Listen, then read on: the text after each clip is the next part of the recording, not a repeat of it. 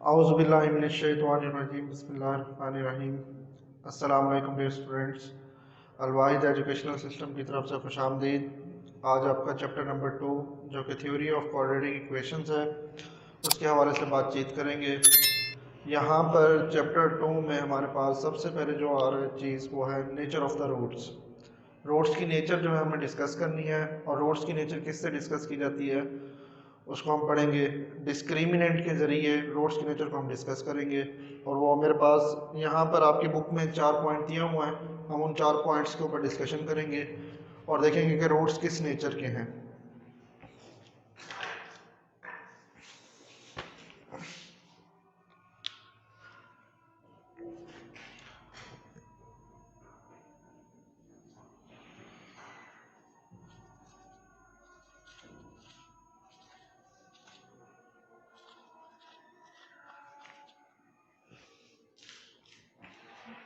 Nature of roots.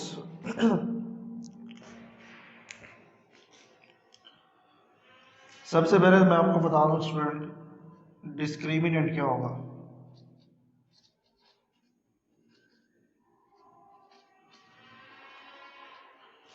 Discriminant हमारे पास होता है b² माइनस 4ac। आपने क्वाड्रेटिक इक्वेशन पढ़ी होगी, ax² plus bx plus c is equal to 0।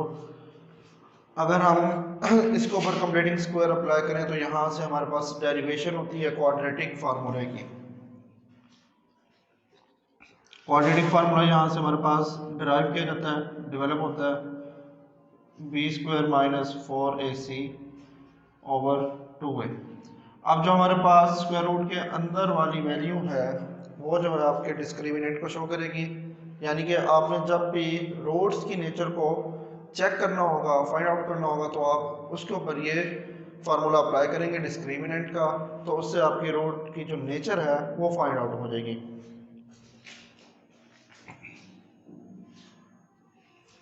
Number 1 पहले नेचर को डिस्कस कर रहे हैं, वो क्या है। इफ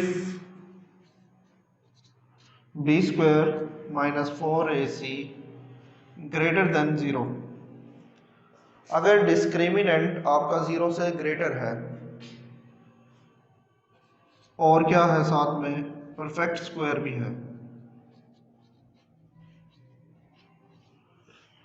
डिस्क्रिमिनेंट 0 से ग्रेटर है और परफेक्ट स्क्वायर है, तो फिर रूट्स की जो नेचर होगी स्टूडेंट, वो नेचर क्या होगी, then roots are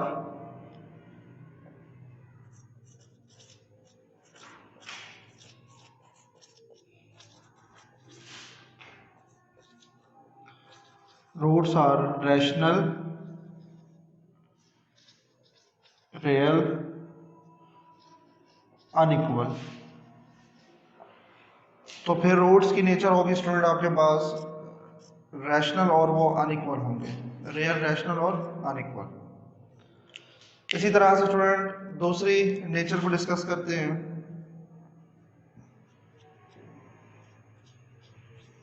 if discriminant is greater than 0 but not a perfect square, not a perfect square, कि वो आपका परफेक्ट स्क्वायर नहीं है, तो फिर रूट्स की नेचर क्या होगी स्टूडेंट। फिर मेरे पास रूट्स की नेचर होंगी, देन रूट्स आर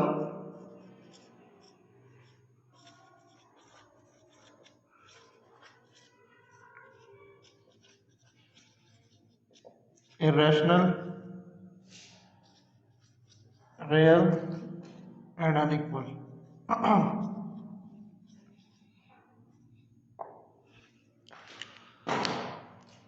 इसी तरह से पॉइंट 3 जो है आपके पास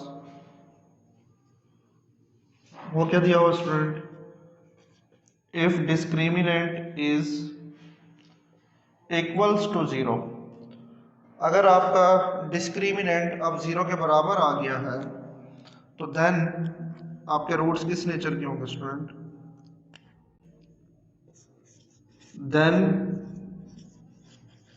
roots are rational,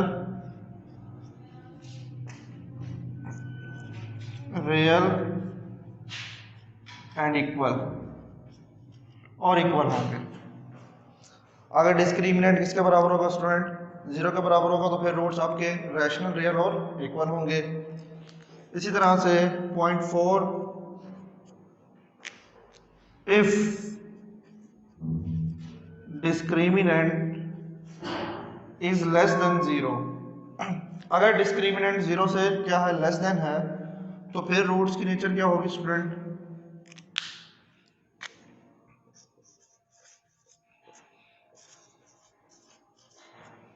then roots R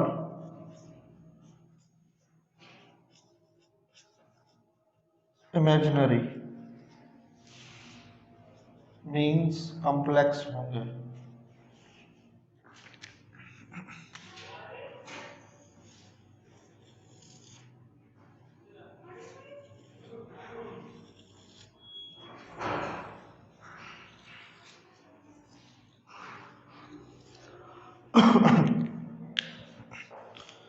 G student, हमने कहा कि अगर हमारा डिस्क्रिमिनेंट 0 से ग्रेटर होगा और परफेक्ट स्क्वायर होगा।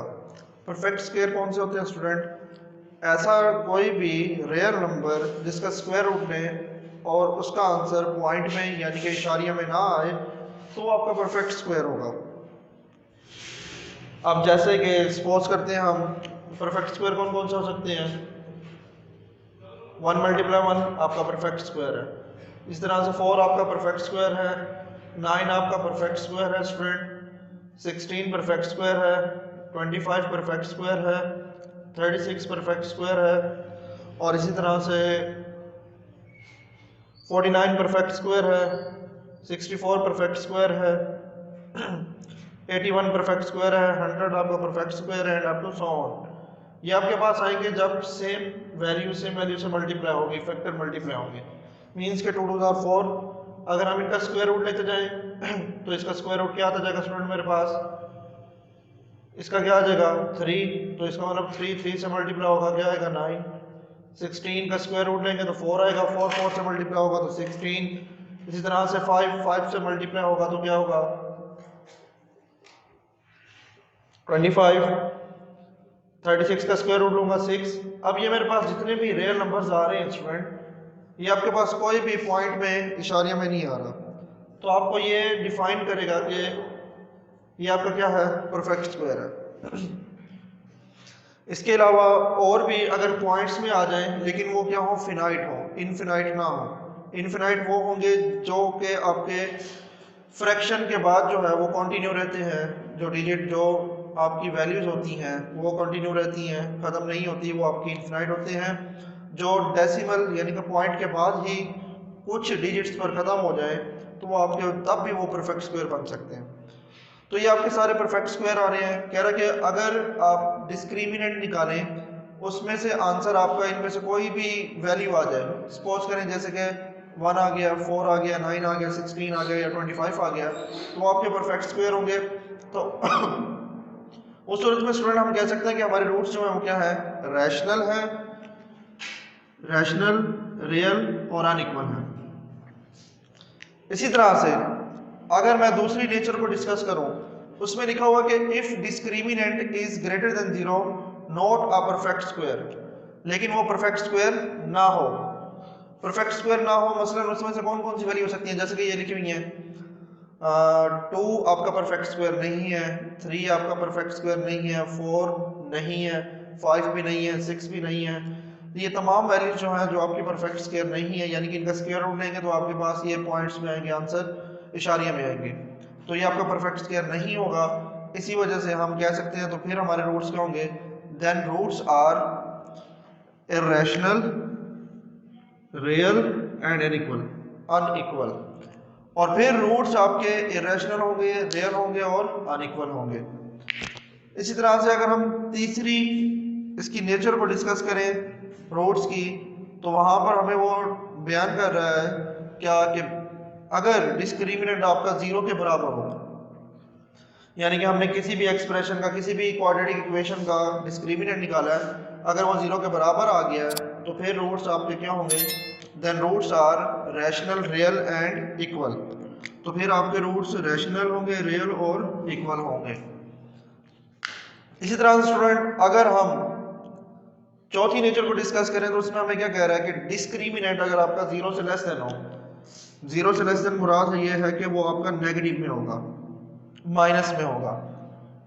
ये आपका ग्रेटर देन 0 है तो इसका मतलब ये पॉजिटिव होगा, ये भी ग्रेटर देन 0 है तो इसका मतलब पॉजिटिव होगा। जब लेस देन 0 आएगा तो अंडरस्टूड है कि वो क्या होगा, नेगेटिव यानी कि माइनस में होगा। तो फिर हमारे रूट्स क्या होंगे स्टूडेंट, इमेजिनरी होंगे यानी कि कॉम्प्लेक्स होंगे। इमेजिनरी आप लोगों को स्टूडेंट 9th क्लास में भी आपने पढ़े होंगे इमेजिनरी नंबर्स, यानी कि आयोटा फॉर्म वाले जो नंबर्स होते हैं वो आपके इमेजिनरी नंबर्स होते हैं, और आयोटा बराबर होता है √-1 के।